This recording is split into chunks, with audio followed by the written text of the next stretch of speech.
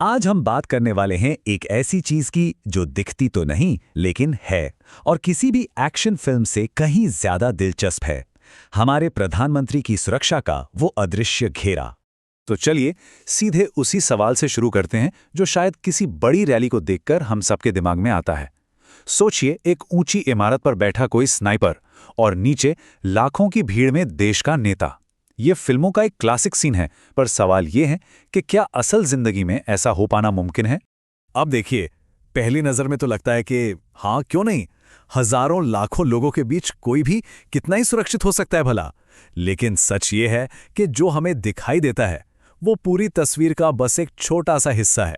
असलियत में तो प्रधानमंत्री के चारों ओर सुरक्षा का एक ऐसा कवच होता है जिसे भेद पाना लगभग नामुमकिन है। और इस पूरे सुरक्षा चक्र के बीच में है एक नाम, एक इलीट फोर्स, एसपीजी यानी स्पेशल प्रोटेक्शन ग्रुप। यही वो लोग हैं जो इस अदृश्य घेरे की रणनीति बनाते हैं और उसे जमीन पर असलियत में बदलते हैं। तो ये एसपीजी का काम क्या है? इनका सिर्फ और सिर्फ एक ही काम है, प्रधानमंत्री की सुरक्षा। और इनका सबसे बड़ा हथियार है अदृश्य तकनीक। नहीं, इसका मतलब ये नहीं कि ये गायब हो जाते हैं। इसका मतलब है कि इनकी सुरक्षा की कई परतें ऐसी होती हैं जो आम आंखों को कभी दिखाई ही नहीं देती, लेकिन हर पल, हर सेकंड अपना काम कर रही होती हैं। और सबसे दिलचस्प बात तो ये है कि असली सुरक्षा प्रधानमंत्री के किसी जगह पर पहुंचने से हफ्तों पहले शुरू हो जाती है। ये बिल्कुल एक शतरंज के खेल की तरह है, जहां हर चाल पहले से सोची समझी होती है और खेल शुरू होने से पहले ही जीत लगभग तय कर ली जाती है। तो सबसे पहला कदम होता है एडवांस लिएजनिंग और रेकी। सुनने में थोड़ा टेक्निकल लगता है ना, पर इसका सीधा सा मतलब है कि एसपीजी की टीम कार्यक्रम से कई दिन पहले ही उस जगह का चप्पा चप्पा छान लेती है। और इसी के साथ शुरू होता है एंटी स्नाइपर टीमों को उनकी जगहों पर तैनात करने का काम। इस तैयारी का लेवल कुछ ऐसा होता है कि आसपास की हर ऊंची इमारत, हर खिड़की और हर बालकनी की पहले ही पहचान करके उसे सुरक्षित कर लिया जाता है। मतलब कोई भी ऐसी जगह नहीं छोड़ी जाती जहां से दूर तक देखा जा सकता हो या कोई खतरा पैदा हो सकता हो। और हाँ, जिस फिल्मी स्नाइपर की हमने बात की थी, उससे निपटने के लिए असल जिंदगी में होते हैं काउंटर स्नाइपर। ये एसपीजी के बेहतरीन निशानेबाज होते हैं जो सबसे ऊंची जगहों पर छिपे होते हैं और अपनी दूरबीन से हर संदिग्ध हरकत पर नजर रखते हैं। उनका काम सिर्फ इंतजार करना नहीं, बल्कि एक्टिवली खतरे को ढूंढकर उसे पैदा होने से पहले ही खत्म कर देना है। तो इंसानी तैयारी के बाद आती है टेक्नोलॉजी की दारी। ये वो तकनीकी कवच है जो कार्यक्रम वाले दिन प्रधानमंत्री के चारों ओर एक न दिखने वाली दीवार खड़ी कर देता है। प्रधानमंत्री जिस मंच से भाषण देते हैं या जिस पोडियम के पीछे खड़े होते हैं, वो अक्सर high grade bullet proof material से बना होता है।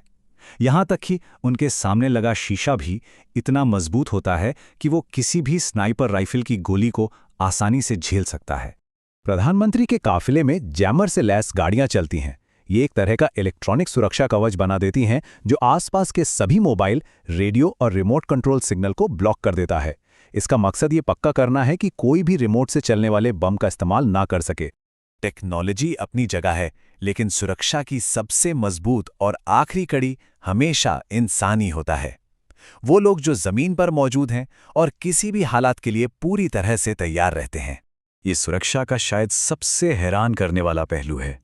हम जिसे आम भीड़ समझ रहे होते हैं, उसी भीड़ में सैकड़ों एसपीजी कमांडो और इंटेलिजेंस के अफसर सादे कपड़ों में फैले होते हैं। वो भीड़ का हिस्सा बनकर हर चेहरे, हर हाथ और हर हरकत पर नजर रखते हैं। ये एक जीती जागती अदृश्य इंसानी ढाल है। और सबसे अहम बात, सुरक्षा कभी भी सिर्फ एक प्लान पर नहीं चलती।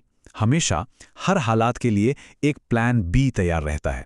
यानी अगर 1% भी कुछ गलत होता है तो प्रधानमंत्री को वहां से सुरक्षित निकालने का एक दूसरा, तीसरा, पहले से तय और पूरी तरह सुरक्षित रास्ता हमेशा तैयार रखा जाता है। तो चलिए अब वापस अपने पहले सवाल पर लौटते हैं। जो हमने फिल्मों में देखा है और जो सुरक्षा की असली हकीकत है, उसमें आखिर कितना बड़ा फर्क है? इस नंबर को देखिए, 3 किलोमीटर। स्नाइपर का निशाना लगाना तो बहुत दूर की बात है।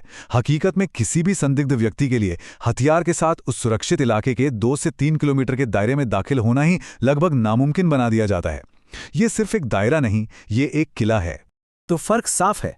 फिल्मों में एक अकेला हमलावर नजदीक पहुंच जाता है, हकीकत में परत दर परत सुरक्षा होती है। फिल्मों में सुरक्षा में चूक होती है। हकीकत में 2 से 3 किलोमीटर का एक ऐसा घेरा होता है जहां परिंदा भी पर नहीं मार सकता। और सबसे बड़ा अंतर, फिल्मों में सुरक्षा रिएक्टिव होती है, यानी हमले के बाद हरकत में आती है।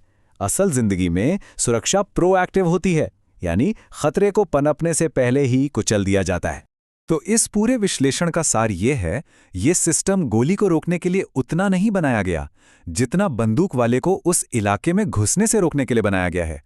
असली कामयाबी हमले को नाकाम करने में नहीं, बल्कि हमले की हर संभावना को ही खत्म कर देने में है। आखिर में ये सब हमें एक बड़े सवाल पर लाकर छोड़ता है। इस बदलती दुनिया में जहां खतरे भी नए नए रूप ले रहे हैं, कोई भी देश अपने नेता की ऐसी जबरदस्त सुरक्षा और जनता के उनसे सीधे जुड़ने के लोकतांत्रिक अधिकार के बीच एक संतुलन आखिर कैसे कायम कर सकता है? ये एक सवाल है जिस पर सोचना जरूरी है।